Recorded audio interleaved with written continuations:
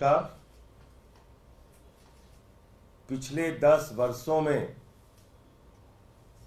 भारत के लोकतंत्र को किस तरह से खत्म करने की कोशिश की गई है।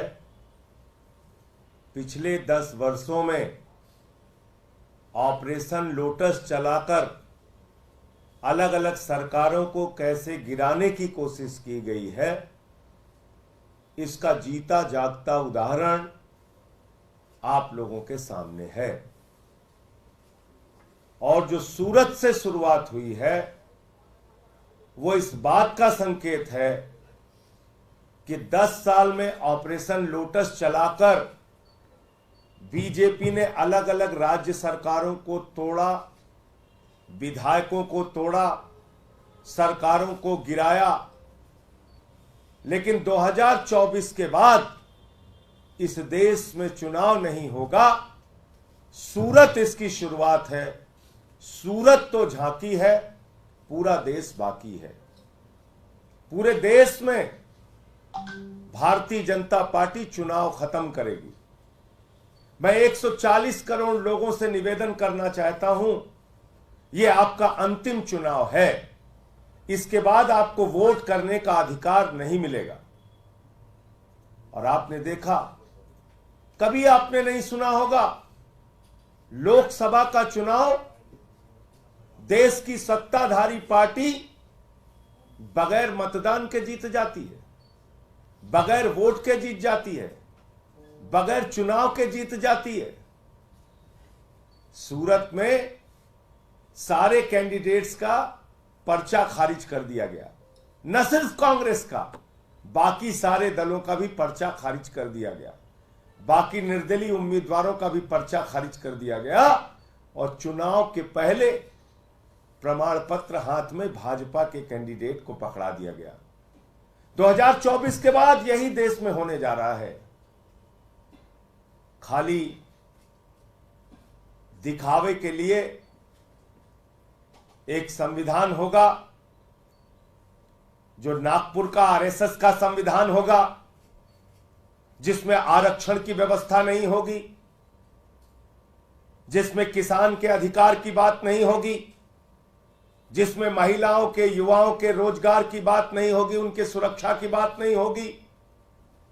एक आरएसएस का संविधान होगा। बाबा साहब डॉक्टर भीमराव अंबेडकर के द्वारा लिखे गए संविधान को खत्म किया जाएगा, आरक्षण को खत्म किया जाएगा, चुनाव को खत्म किया जाएगा। पिछले 10 साल का इतिहास मैं देश की जनता को याद दिलाना चाहता हूं। उत्तराखंड में इन्होंने चुनाव नहीं कराया,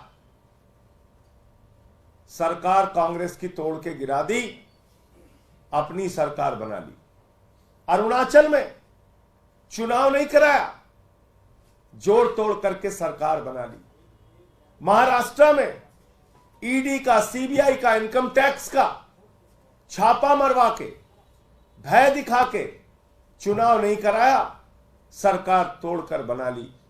गोवा में मात्र 13 सीट होने के बावजूद जोड़ तोड़ करके सरकार बना ली। मध्य प्रदेश में चुनाव नहीं कराया, जोड़ तोड़ करके विधायकों को तोड़ के सरकार बना ली। कर्नाटक में चुनाव नहीं कराया, जोड़ तोड़ करके विधायकों को खरीद फरोख्त करके सरकार बना ली। और एक फैसला जिसने पूरे हिंदुस्तान को जगाया, एक फैसला माननीय मुख्य न्यायाधीश जी का, माननीय सर्वोच्च न्यायालय का, जिसने पूरे हिंदुस्तान को जगाया कि भारत का लोकतंत्र खत्म होने वाला है, वोट का अधिकार खत्म होने वाला है, लोकतांत्रिक संस्थाओं को खत्म किया जा रहा है, संवैधानिक संस्थाओं को खत्म किया जा रहा है। उसका जीता जागता उदाहरण आप देखिए। ये चंडीगढ़ के चुनाव में कैसे लोकतंत्र की हत्या की गई थी। मैं चाहूंगा ये वीडियो आप देखेंगे तो आपको याद आ जाएगा। उसके बाद सूरत, और अब पूरे देश में इसी बात की तैयारी है। बीजेपी ने वोटों की चोरी करते हुए हेरा फेरी से मेयर का चुनाव जीता, वो आपको इस वीडियो में दिखाते हैं।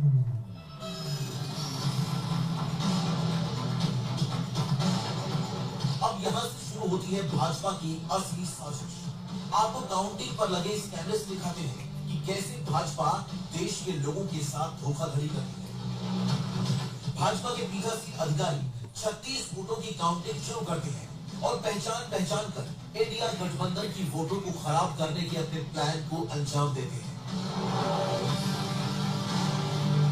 जिन वोट पर कुछ नहीं करना था उन्हें जल्दी साइन करके आगे बढ़ा रहे हैं। अब आई आम आदमी पार्टी के पार्षद की वोट। बेईमानी करनी थी तो थोड़ा सा रुके, ऊपर देखा कि कोई देख तो नहीं रहा है और फिर चुपके से पेन से डॉट मार के वोट को खराब कर दिया। फिर बीजेपी की वोट आई तो आराम से आगे बढ़ा दी। उसके बाद वो वोट आई जिस पर गड़बड़ी करनी थी तो चुपके से फिर से पेन चला दिया और वोट को खराब कर दिया। उसके बाद विपक्ष की एक और वोट आई, यानी तीसरी वोट, और उसे भी खराब कर दिया।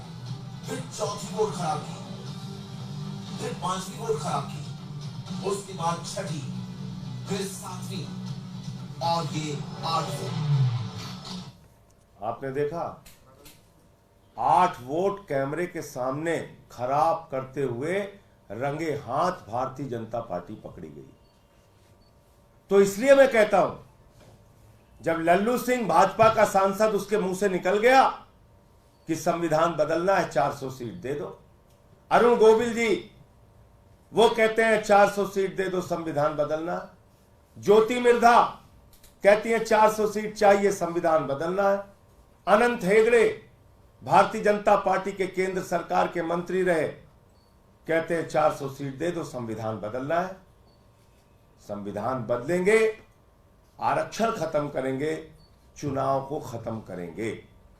और यही इस बात का उदाहरण है जो आपके सामने हमने दिखाया।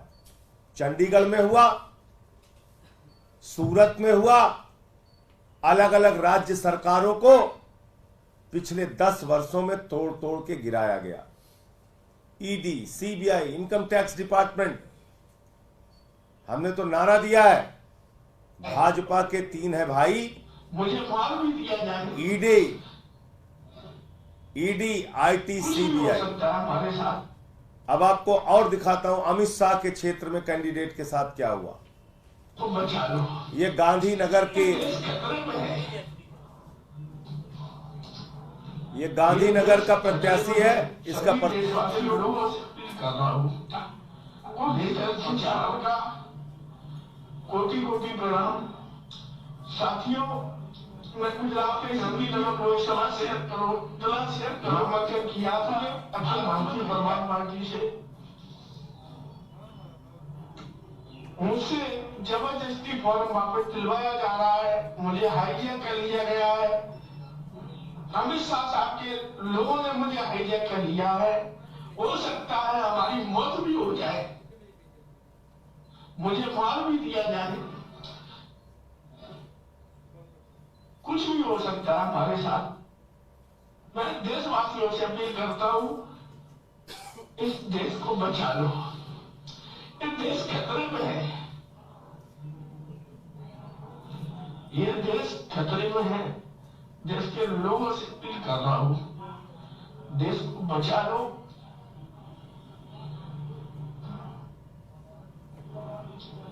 और इस वीडियो को इतना शेयर करो पूरे भारत में भेज जाए। ये गांधीनगर का कैंडिडेट है, रो रहा है। क्या नाम है इनका? पूरा शुरुआत से दिखाइए। ठाकुर जितेंद्र सिंह, बंद कर दो। भारतीय परिवार पार्टी।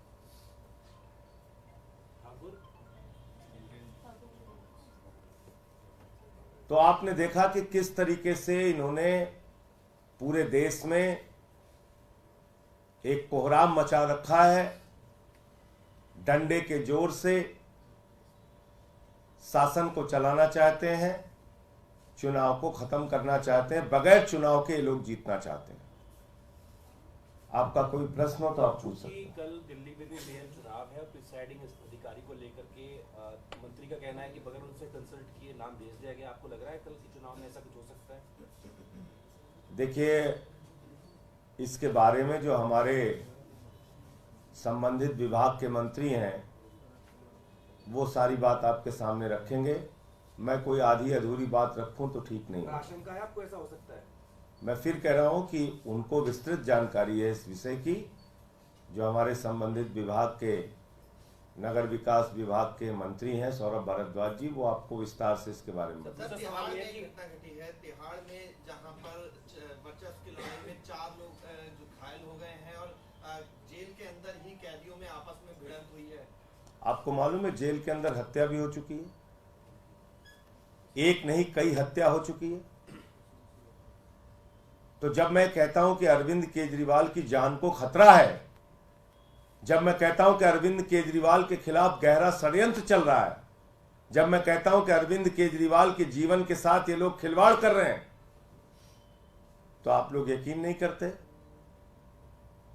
भाई ऐसी ही कोई घटना जेल के अंदर अरविंद केजरीवाल के साथ हो जाएगी, कौन जवाब देगा?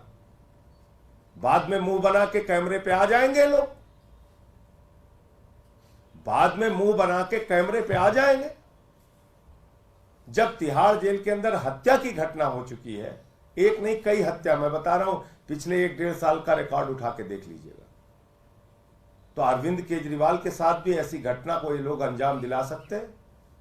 शातिर लोग हैं, खतरनाक लोग हैं, 24 घंटे सीसीटीवी से निगरानी रखते हैं, कहीं मौका पाके ऐसी कोई घटना करा देंगे, बाद में मुंह बना के कैमरे पे आ जाएंगे।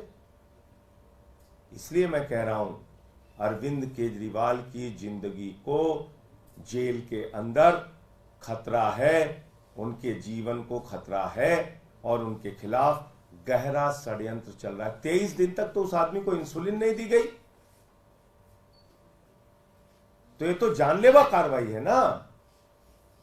अगर आप एक जीवन रक्षक दवा जो किसी भी शुगर के मरीज के लिए शुगर बढ़ने पर वो कोलैप्स कर सकता है, शुगर अचानक डाउन होने पर कोलैप्स कर सकता है, और आप उसकी जिंदगी के साथ 23 दिन तक खिलवाड़ करते रहे, आपने इंसुलिन नहीं दिया।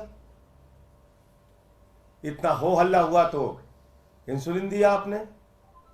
इसलिए अरविंद केजरीवाल जी का परिवार, उनकी पत्नी, दिल्ली के लोग, देश के लोग जो अरविंद केजरीवाल जी से बेहद प्यार करते हैं, वो चिंतित हैं, परेशान हैं इस बात को लेके कि अरविंद केजरीवाल के साथ क्या घटना ये लोग अंजाम दे देंगे, क्या साजिश रच देंगे, कैसे ये उनकी जिंदगी के साथ खिलवाड़ कर सकते हैं। और ये जो आपने बताई घटना, ये इस बात का उदाहरण है। आज की तारीख में तो मुख्यमंत्री अंदर हैं जेल में।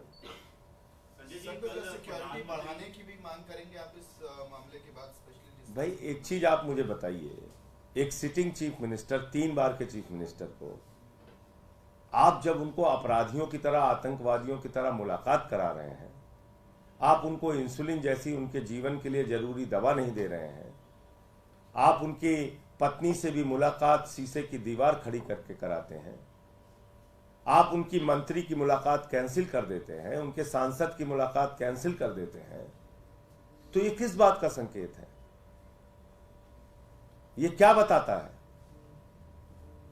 अगर आप चाहें तो भाई, आपको याद नहीं इसी तिहाड़ में ऑफिस, इंटरनेट, फोन, सारी सुविधाएं सुब्रतो राय सहारा को दी गई थी, चंद्रा ब्रदर्स को दी गई थी, इसी तिहाड़ जेल के अंदर। लेकिन केजरीवाल के खिलाफ तो साजिश करना है, दिल्ली के 2 करोड़ लोगों के द्वारा चुने गए मुख्यमंत्री के खिलाफ तो उनके जिंदगी के साथ तो खिलवाड़ करना है। यह सबसे बड़ी बात है। सर, प्रधानमंत्री ने एक बयान दिया है कि अगर इंडिया गठबंधन की सरकार आती है तो आप जो है पीएम की कुर्सी का भी ऑप्शन कर सकते हैं 1 साल के लिए। तो इंडिया गठबंधन की सरकार आ रही है, प्रधानमंत्री ने मान लिया, ये तो बड़ी खुशखबरी दी आपने। प्रधानमंत्री ने मान लिया कि इंडिया गठबंधन की सरकार आ रही है। अभी तक तो 400 पार कर रहे थे, पहली बार वो मान गए कि इंडिया गठबंधन की सरकार आ रही है। अब ऑप्शन की बात बता रहा हूं आपको, प्रधानमंत्री की कुर्सी ही नहीं, पूरे देश को नीलाम करने का काम भारत की भारतीय जनता पार्टी की सरकार ने किया है। अपने एक ही दोस्त को कोयला दे दिया, गैस दे दिया, बिजली दे दिया, पानी दे दिया, सड़क दे दिया, स्टील दे दिया, पोर्ट दे दिया, एयरपोर्ट दे दिया, 2.5 लाख करोड़ रुपए का कर्जा दे दिया, 15 लाख करोड़ रुपए चंद पूंजीपतियों का माफ कर दिया, 3.5 लाख करोड़ रुपए चंद पूंजीपतियों का बैंक सेटलमेंट के जरिए माफ कर दिया, और तो और अपने भतीजे को, जिसको क्रिकेट का बल्ला पकड़ना नहीं आता, उसको बीसीसीआई का चेयरमैन बना दिया। तो नीलाम तो आप कर रहे हैं इस देश को, नीलाम तो आप कर रहे हैं इस देश के संसाधनों को। भाई आपके भतीजे को बल्ला पकड़ना नहीं आता, उसको आपने बीसीसीआई का चेयरमैन बना दिया। और गरीब आदमी का लड़का जो 4-4 घंटे परिश्रम करता है कि सेना में भर्ती होंगे, उसको आपने सियाचिन भेज दिया। -40 डिग्री टेम्परेचर में जाओ बेटा ड्यूटी करो, +50 डिग्री टेम्परेचर में जाओ जैसलमेर में सूली पर चढ़ जाओ। गरीब का बच्चा -45 डिग्री टेम्परेचर में ड्यूटी करेगा, और मोदी जी का भतीजा बीसीसीआई का चेयरमैन बनेगा। आप बताइए ना, ये अग्निवीर क्या है? एक फौजी जवान को मैं सुन रहा था, कहता ये तो ऐसी योजना है कि पता चला पिता जो है वो नौकरी कर रहा है सेना में और बेटा रिटायर हो गया। पिता नौकरी कर रहा है, बेटा रिटायर हो गया 4 साल में। यह है अग्निवीर।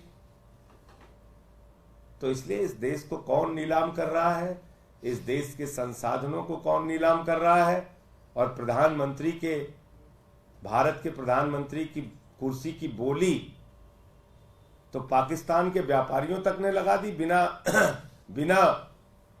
अपॉइंटमेंट के, बिना किसी कार्यक्रम के चले गए थे बर्थडे का केक काटने, और बाद में पता चला कि बिजली का ठेका कर दिलाने गए थे।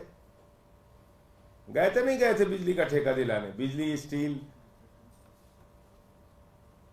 ये काम है प्रधानमंत्री जी का।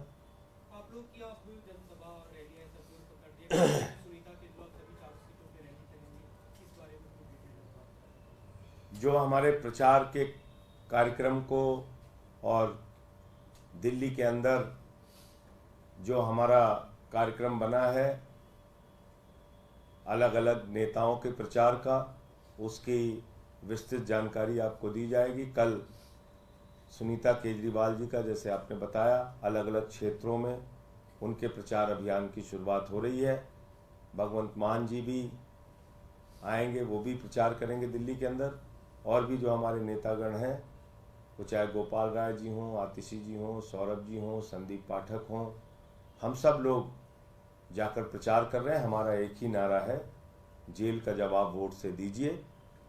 जिस आपके बेटे ने आपके लिए बिजली, पानी, शिक्षा, चिकित्सा का इंतजाम किया, आज उसको मोदी जी ने जेल में डाल दिया है, और जेल से उनको बाहर निकालना है तो उनको जेल का जवाब वोट से देना होगा। सर, प्रधानमंत्री लगातार इनहेरिटेंस टैक्स की बात कर रहे हैं, कांग्रेस पे हमला बोल रहे हैं, कह रहे हैं कि देश की संपत्ति को लेके एक विशेष समुदाय को देने की तैयारी में कांग्रेस है। भैया ये बताइए, मैंने तो आपको नाम गिनवा दिया। हमारा तो बैंक लूट लिया प्रधानमंत्री जी की सरकार ने। बताइए 20,000 करोड़ लूटा कि नहीं जनता का पैसा, नीरव मोदी, मेहुल चौकसी ने। बताइए 3,000 करोड़ रुपए लूटा कि नहीं जनता का पैसा। वो किसकी संपत्ति थी? वो मोदी जी की संपत्ति थी क्या, जो 3,000 करोड़ ललित मोदी ने लूटा? वो तो जनता की संपत्ति थी ना। वो किसकी संपत्ति थी 6,000 करोड़ रुपए जो नितिन संदेशरा लूट के भाग गया? वो किसकी संपत्ति थी 10,000 करोड़ रुपए जो विजय माल्या लेके भाग गया?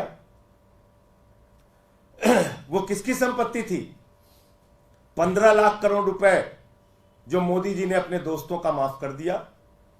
वो किसकी संपत्ति थी 3.5 लाख करोड़ रुपए जो बैंकों में कर्जा मोदी के दोस्तों ने लिया था और मोदी जी ने उसको माफ कर दिया? बताइए किसकी संपत्ति थी?